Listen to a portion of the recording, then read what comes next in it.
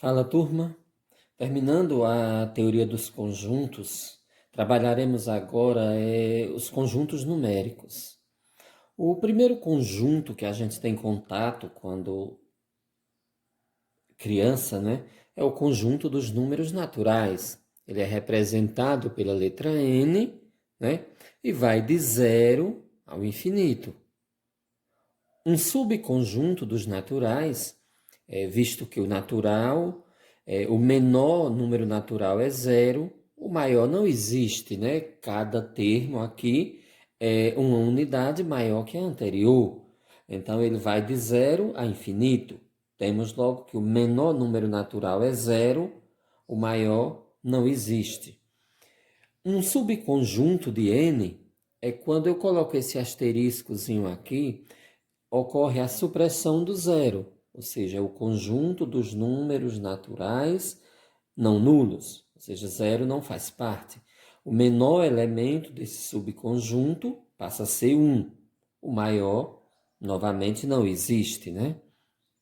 Bom, a necessidade de ampliação do conjunto dos naturais surge o conjunto dos números inteiros, representado pela letra Z. São situações em que os naturais não representam, por exemplo, uma temperatura abaixo de 0. Você tem um saldo bancário de R$ 1.000 e por um esquecimento você dá um cheque de 1.100. Essa conta não fecha, vai ficar faltando R$ 100. Essa falta é representada por um número negativo. Então, o conjunto dos números inteiros representam números menores que zero, o próprio zero, e números maiores que zero. Ou seja, ele incorpora os naturais, que vão do zero ao infinito, mas também pega números negativos. Então, nós temos aqui que Z é -3, -2, -1, 0, 1, 2, 3. A supressão do zero, novamente, é indicada por um asterisco, né? Eu quero aqui o conjunto dos inteiros não com a supressão do zero. Então, nós temos -3, -2, -1, 1, 2, 3. Veja que esse conjunto, ele, apesar de números negativos, ele varia de 1 em 1 também, ou para a esquerda ou para a direita, sempre observando a unidade, né? Novamente, foi necessária a ampliação do conjunto dos inteiros. Por quê? Porque existe a necessidade de representar números que não variam de 1 em 1, né? Então, o conjunto dos números racionais que surgiu para representar números na forma fracionária, né?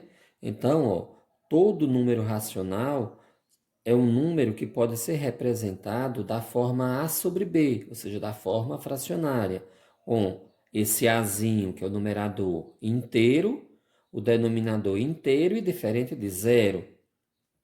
Nós temos aqui uma característica específica dos números racionais. Primeiro, ele incorpora tudo que é natural e também inteiro. Além disso, nós temos uma coisa chamada decimal.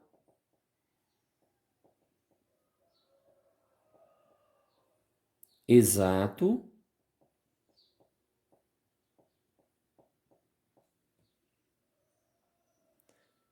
e dízima periódica.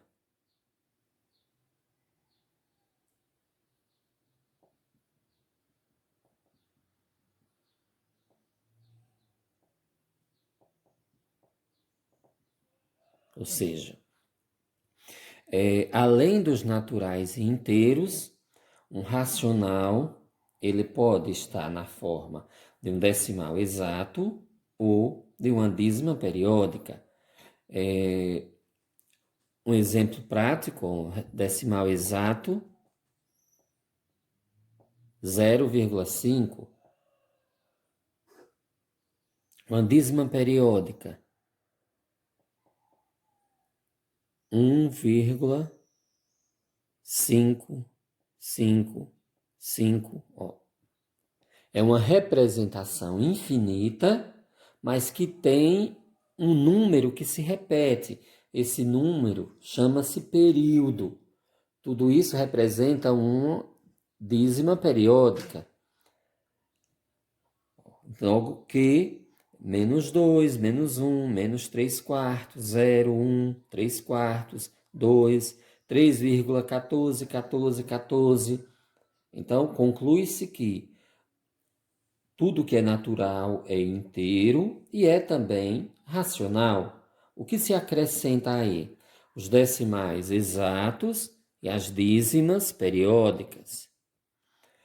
Números irracionais. Olhe bem. Um número é dito irracional quando ele tem uma representação decimal infinita, porém não tem período, ou seja, não existe aquele númerozinho que se repete. A título de exemplo, aqui nós temos 2,1, 2, 3, 4, 5, 6. Eu sei quem vem aqui. Provavelmente, pelo critério que esse número foi construído, o próprio número aqui seria 7. É infinito? É, mas não tem um padrão de repetição. Logo, não é dízima periódica. Então, infinito, porém não periódico, é dito irracional. Então, nós temos 2,1, 2, 3, 4, 5, 6, 3,14, 15, 92, 63. Esse número é um número resultante do comprimento da circunferência pelo diâmetro, chamado π, né? E ele tem uma infinidade de casas decimais. É, portanto, irracional. Ainda, a título de exemplo, ó, nós temos aqui raiz de 10. Raiz de 10 é um número irracional também. Raiz de 8 também. Por quê? Porque não existe nenhum número que, multiplicado por ele mesmo, dê raiz de 8. Né? O que a gente chama de quadrado perfeito, a raiz quadrada de 4 é 2, a raiz quadrada de 9 é 3. Então, o número 8 teria como raiz quadrada um número entre 2 e 3, mas com infinitas casas decimais. Portanto, irracional também. E por último, o conjunto dos números reais. É o conjunto obtido da união dos racionais com os irracionais. Logo, a gente conclui que tudo que é natural está contido em Z, que é inteiro, que está contido em Q, que está contido em R. Ou seja, a união dos naturais, inteiros e racionais, né, forma o conjunto dos números reais. Seja natural, inteiro, racional e irracional, tudo junto, formando o conjunto dos reais.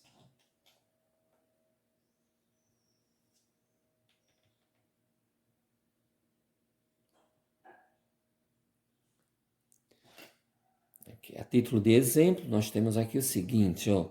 Segundo o matemático Leopold Kronecker, 1823 a 1891, Deus fez os números inteiros, o resto é trabalho do homem. Os conjuntos numéricos são, como afirma o matemático, uma das grandes invenções humanas. Assim, em relação aos elementos desses conjuntos, é correto afirmar que, letra A, o produto de dois números irracionais é sempre um número irracional. Essa afirmação aqui é falsa. Por quê? Olha bem. Digamos que eu tenho aqui raiz de 3. Vou multiplicar novamente pela raiz de 3. Ó. Raiz de 3 é irracional. Multiplicando isso aqui, eu conservo o radical. 3 vezes 3 dá 9. Né? E quem é a raiz quadrada de 9? A raiz quadrada de 9 é 3. 3 é natural, não é irracional. Logo, essa primeira afirmação é falsa. A soma de dois números irracionais é sempre um número irracional. Falsa também. Vamos comprovar a título de exemplo. Digamos que eu tenha aqui o seguinte. 2 mais raiz de 5. E eu vou somar 2 menos raiz de 5.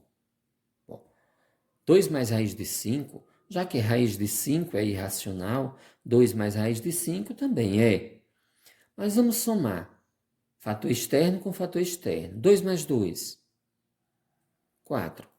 Raiz de 5 menos raiz de 5 vai dar 0. Logo, sobrou quem? Sobrou um número racional. Entre os números reais 3 e 4, existe apenas um número irracional. Mais uma vez, é falso. Números irracionais são representações decimais infinitas e não periódicas.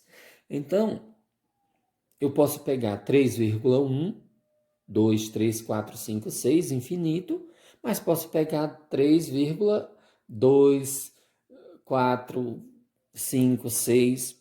Então, entre 3 e 4, existem infinitos números irracionais. Correto seria: existem infinitos.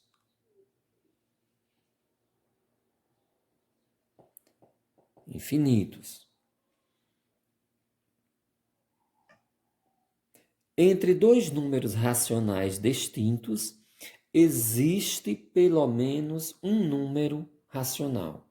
Isso é verdade. Verdadeiro, né? Entre 2 e 3, eu posso pegar 2,1, 2,3, 2,4. Então, existe pelo menos um. Existem vários. Pelo menos um é verdadeiro. A diferença entre dois números inteiros negativos é sempre um número inteiro negativo. Essa afirmativa é também falsa. Por exemplo, eu tenho aqui menos 2, é um número inteiro negativo. Menos 8, a suposição. O que é que vai ocorrer aqui? Eu vou ter menos 2, menos com menos vai dar mais. Menos 2 mais 8. Sinais diferentes, subtrai, prevalece o maior módulo. 8 menos 2, 6. É positivo. Então, pode ocorrer que seja negativo, mas nem sempre. Aqui está afirmando que sempre será. Né? Próximo item fala o seguinte: observe a sequência de números e assinale a que identifica os irracionais. Olhe bem. 2,21, 21, 21, isso aqui é uma dízima periódica, portanto é racional, não é irracional. Né? 3,21, 22, 23 é irracional. Por quê? Porque é infinito, mas não tem período. Não existe aquela repetição de número que a gente chama de período. O item 3 é π. Π é o principal dos números irracionais. Ele tem uma infinidade de casas decimais. Né? 3,14, então π é irracional também. 3,1416. Bom, se eu parei aqui, é um decimal exato, então é racional. E 2/3 foi representado na forma de fração, é também racional. Logo, o item que verifica é quem? 2 e 3. Né? Transforme as frações em decimal. Transformar uma fração em decimal é simplesmente dividir o numerador pelo denominador. Então, eu tenho aqui no item A 13 quintos. Ó. Vamos lá, item A. Eu tenho 13 dividido por 5. 13 dividido por 5 vai dar 2. 2 vezes 5, 10. Para 13, 3. Baixa um zero, né? 30 por 5, 6. Vezes 5, 30. Para 30, nada. Então, no item A, eu tenho 2,6. É um decimal exato. No item B, eu tenho 15 dividido por 9, ó, 15 nonos. Então, nós temos 15 dividido por 9 vai dar 1. 1 vezes 9, 9. Para 15 falta 6, baixa um zero, uma vírgula. 60 por 9 dá 6. 6 vezes 9, 54. Para 60, 6, baixa um zero novamente. 6 vezes 9, 54. Para 60, 6. Isso aqui vai ser infinito. Logo, eu tenho uma dízima periódica. Uma dízima periódica. É 1,666, isso aqui é infinito. Em seguida, nós temos aqui o seguinte, ó,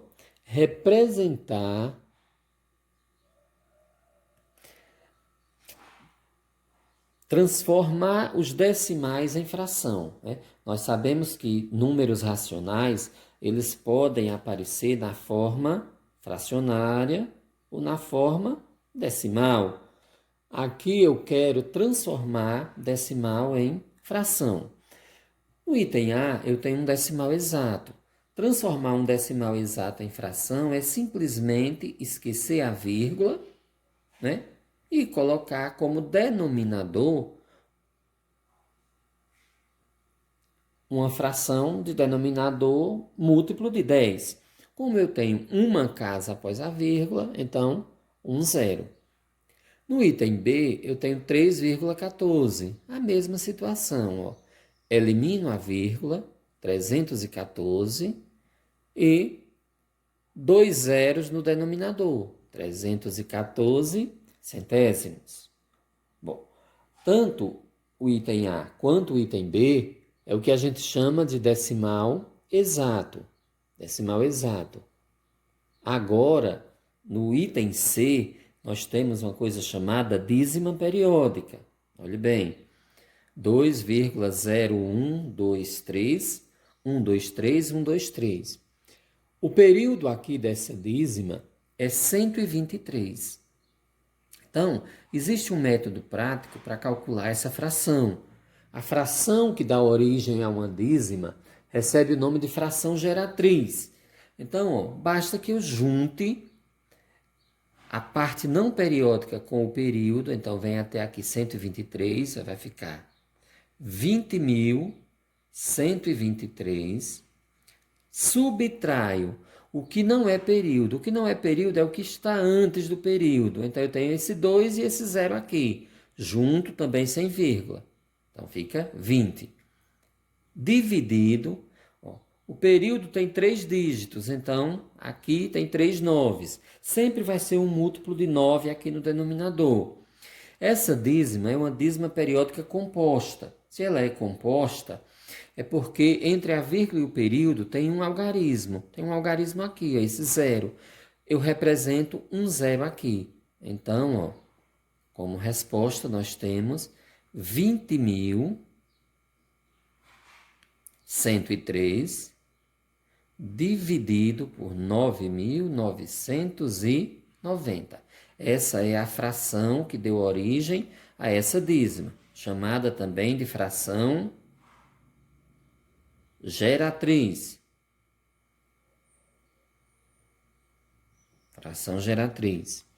No outro caso, vamos juntar novamente, ó, então isso aqui, 3,18, então vai dar 318 menos 3, o denominador composto por 2 algarismos, então 99. Isso aqui vai dar 315 dividido por 99. Essa é a fração que gerou essa dízima.